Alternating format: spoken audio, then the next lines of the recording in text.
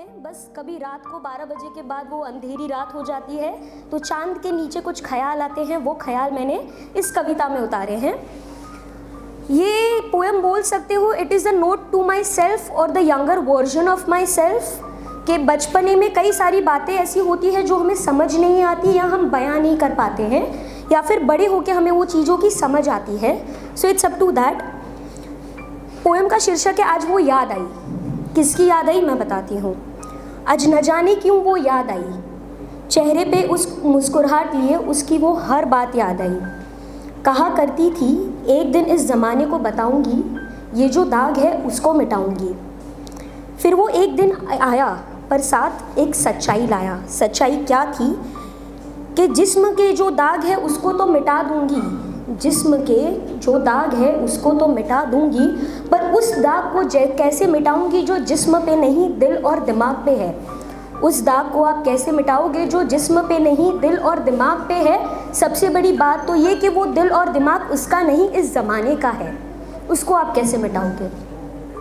आप सबको पता होगा एक रिवॉल्यूशन चला था #MeToo, you all are aware about it, ठीक है। बड़ों ने तो बड़े इंस्टाग्राम पे पोस्ट डाल दिया #MeToo, बच्चियों का क्या, जिनके पास इंस्टाग्राम अकाउंट नहीं है या कोई सोशल हैंडलिंग नहीं है, सो ये उनके बिहाफ पे है। आज न जाने क्यों वो याद आई, आज न जाने क्यों वो याद आई, उसके चेहरे पे वो डर लाई। आज भी वो वक्त याद है, उस चार दीवारी की वो हर बात याद है।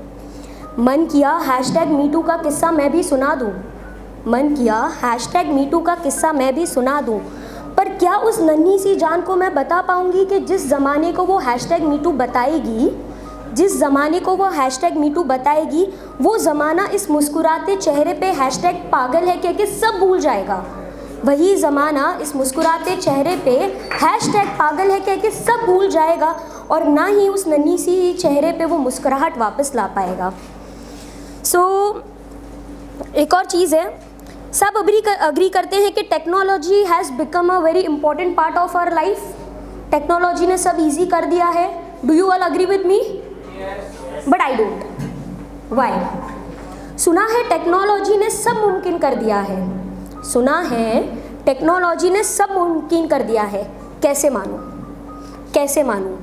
बिखरे बिसरे भूले रिश्तों को रिस्टोर करके दिखाए तो जानूं, बिखरे बिसरे भूले रिश्तों को रिस्टोर करके दिखाए तो इस टेक्नोलॉजी को मैं मानूं, ठीक है।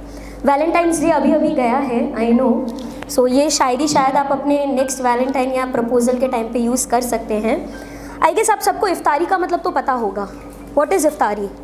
इफ्तारी इज़ बेसिकली जब मुस्लिम्स का रोज़ा पूरा होता है तो उस रोज़े को जब वो तोड़ते हैं, which is very important for them, उसको हम इफ्तारी कहते हैं। So the Shayari goes like, उनकी आँखों से ही हो जाती है इफ्तारी मेरी, उनकी आँखों से ही हो जाती है इफ्तारी मेरी। ए खुदा तू ही बता मोहब्बत करूँ या इबादत, ए खुदा तू ही बता मोहब्बत करूँ या इबादत। एक छोटा सा है बिफोर एंडिंग इट। ज़रूरतें मजबूरियाँ या आदत, ज़रूरतें मजबूरियाँ या आदत, क्या नाम दूँ उन रिश्तों को जो यूं ही बेहिसाब जिए जा रहे हैं, जो यूं ही बेहिसाब जिए जा रहे हैं। माँ पे तो बहुत कविताएं सुनी, मदर्स आर समथिंग जो हम कॉन्स्टेंटली लिखते रहते हैं, but this is something what I have written for my father.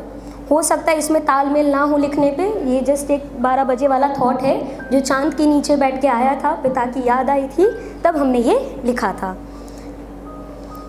So my dad is very fond of a girl child. उनको ऐसा है बेटा नहीं होगा चलेगा, मेरे को बेटी चाहिए। सो मुझसे मेरा बड़ा भाई है, उसमें ही इज़ नॉट इंटरेस्टेड।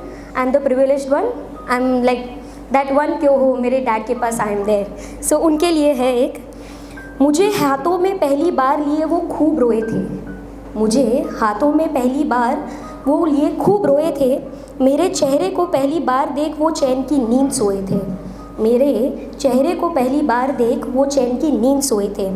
मुझे कभी भी बेचैन या उदास देख वो मन ही मन खूब रोए थे, उस रात शायद वो चैन की नींद नहीं सोए थे। फादर्स का पता है वो जनरली अपनी बातें शेयर नहीं कर पाते, अपने इमोशन शेयर नहीं कर पाते हैं।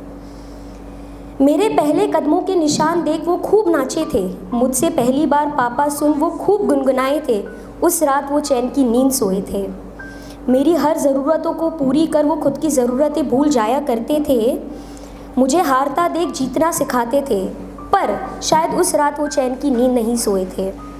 ज़िंदगी की हर तकलीफ़ से लड़ना सिखाते थे, खुद की तकलीफ़ों को छुपाना खूब अच्छे से जानते थे। ज़िंदगी की तकलीफ़ों से लड़ना वो मुझे सिखाते थे, खुद की तकलीफ़ें छुपाना खूब अच्छे से जानते थे। मुझे आज काबिल बनता देख वो खूब गर्व महसूस करते हैं, इसलिए शायद आजकल वो चैन की नींद सोया करते हैं। Thank you, thanks for your time.